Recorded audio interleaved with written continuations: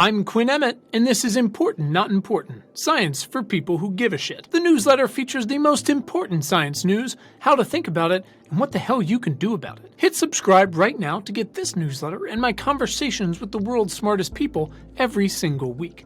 You can find the email version and links to everything, or read it on the blog at importantnotimportant.com/newsletter, or right in the show notes or description. It is November 18th, 2022. Here's the week summarized. Will rich countries pay low-income countries for climate loss and damages? How many lives would a vaccine equity have saved? Why is Mexican beer affected by climate change? Mental health and addiction apps aren't private or secure, and all the caveats to remember when we talk about fancy new artificial intelligence. In climate change news, as world climate leaders and a bazillion fossil fuel lobbyists continue to slog through negotiations at COP27, here's a roundup of concurrent global climate news. In Fuck Around and Find Out, Episode 9, Al Gore's graduated from PowerPoint slides to satellites that catalog 72,000 polluters in real time with lasers. Okay, there's no lasers, but stick with me. In climate finance, the EU and UK will help finance Vietnam's $11 billion transition away from coal. A year ago, the world's biggest banks committed to phasing out fossil fuel funding.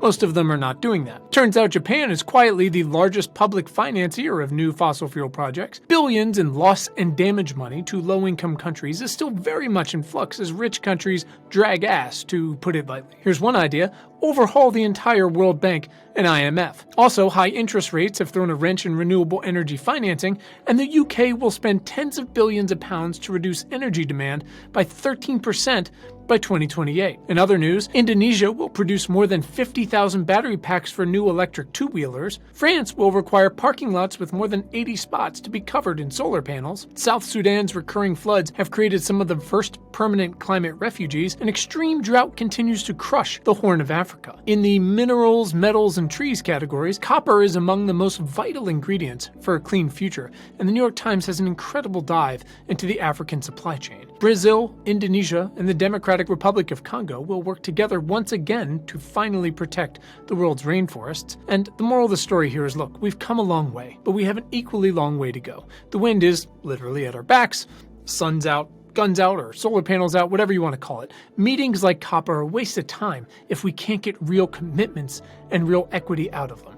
Here's what we can do. 51 Democratic senators in the U.S. Congress doesn't make up for barely losing the House, but it still can go a hell of a long way towards the U.S. being able to stand by international climate commitments. You can donate to Senator Warnock's December runoff campaign at the link in our show notes, and also to the invaluable Georgia Safe and Strong alliance of local organizers at a similar link. In COVID news, we've been running the vaccine equity update in almost every newsletter for almost a year. I've talked to global health pros online, conversations are right there in your show notes or in your feed, and offline over and over to understand why we haven't vaccinated the world and what we can do about it. The receipts are in now. A new study out of the UK cross-referenced global excess mortality and vaccine availability info to understand how deaths might have been different had vaccines been equitably distributed. And the theoretical number is absolutely brutal. 1.3 million lives could have been saved. The failures here are myriad. They're logistically and politically complicated. Again, you can listen to the convos to get more context, but the morals are not. I don't have to explain to you that not only were 1.3 million lives essentially sacrificed, but in not vaccinating everyone, everywhere, we paved the way for variants like Omicron to tear through countries like the US, here, where shots were plentiful, if often wasted. So we can't go back in time. We can do better right now, and we can use this info to plan better for the next pandemic. Here's what we can do. In the meantime, check out BioBot's wastewater monitoring program for local governments, and then take it to your next city council meeting. In food and water news, Water Runs Dry isn't just the second best Boys to Men song, fight me. It's the future if we don't get our shit together. Here's another roundup, and you're welcome because I've been off for 2 weeks. Mexican brewers sold $5 billion in beer exports last year, but drought threatens nearly all of it. Big tech is having a rough ride as it is, and is finding water needed to cool massive data centers in short supply. California is reconsidering desalination plants and how to capture runoff from theoretical future megastorms. Kenya, again with the Horn of Africa drought thing, reversed a ban on drought-resistant genetically modified crops, and some folks are not pleased. Same issues as here, except for they are in massive drought. The Mississippi River, used to transport 92% of the country's agricultural exports, is drying up even faster than it was before, leaving 70% of the Great Plains in drought and now reaching the southeast. And finally, the new SWOT satellite, SWOT, can measure an incredible 95% of Earth's water and collect a complete sample on surface waters every month. I can't even make time to vacuum my air purifiers once a month. On a planet more or less covered in undrinkable water, we have made ourselves quite the pickle. You can see it happening everywhere. So decarbonization truly cannot happen fast enough. Here's what we can do. Get deeper, better, more frequent water news from our friends at Circle of Blue. Here's a quick PSA. I&I is 100% independent and mostly reader-supported.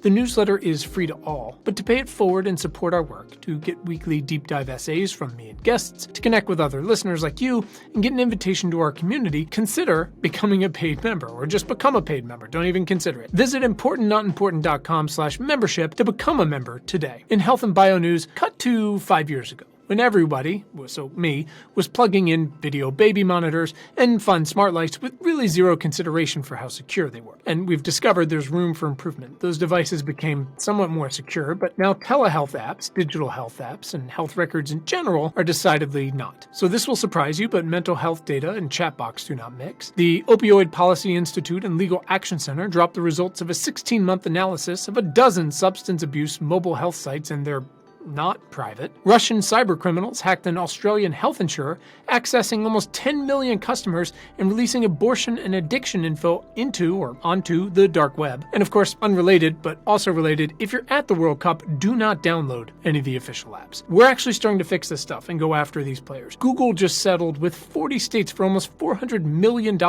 for continuing to track your location after you said no thanks. And a split Congress means the Kids Online Safety Act and the Children and Teens Online Privacy Protection Act are both technically still in play once the feds figure out how to best the best state-level bills. Here's what we can do. Again, every bit of leverage matters. Donate to Senator Warnock's December runoff campaign at the links we've got and to the Georgia Safe and Strong Alliance so we can try to get ahead of technology for once. Speaking of that, I took a minute off, and now GPT-4, so the successor to GPT-3, calling all the generative AI out there, is apparently around the corner. And you can today ask AI basically any science question and it'll answer, culled from 48 million papers, textbooks, reference material, compounds, proteins, and other sources of scientific knowledge. This stuff is exciting as hell. It sounds incredible, right? Let's go over the usual caveats. These are really important. AI isn't alive. These are just models. Do not trust anything without verification. Confidence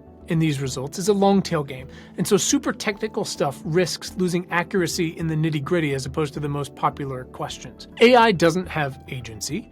AI is not sentient. It is an algorithm, in each case, trained on a data set, not a robot, much less an independent one. Any of these AIs, if we want to keep calling them, their capabilities are still incredibly narrow. Many, not all, but many of the people and companies building these tools are seeking to raise enormous amounts of money, or already have. They are not neutral parties. Going back to it, I cannot emphasize enough here again that an AI, or an algorithm, that can make a picture of two dogs recreating the moon landing, but this time the moon is made of vegan ice cream in the style of Dali, great, but that same algorithm cannot, for example, drive a car or read a mammogram, much less better than a radiologist. So again, most of these creators have relatively little understanding of how the hell these processes work, and they're getting a little worried about that. But that doesn't mean they can just get away with the hand-wavy bullshit, right? We bring enormous biases and blind spots to everything we build, including these tools. Humans set agendas, whether we realize it or not. If we're going to acknowledge an AI's limitations, we should acknowledge our own too. For example,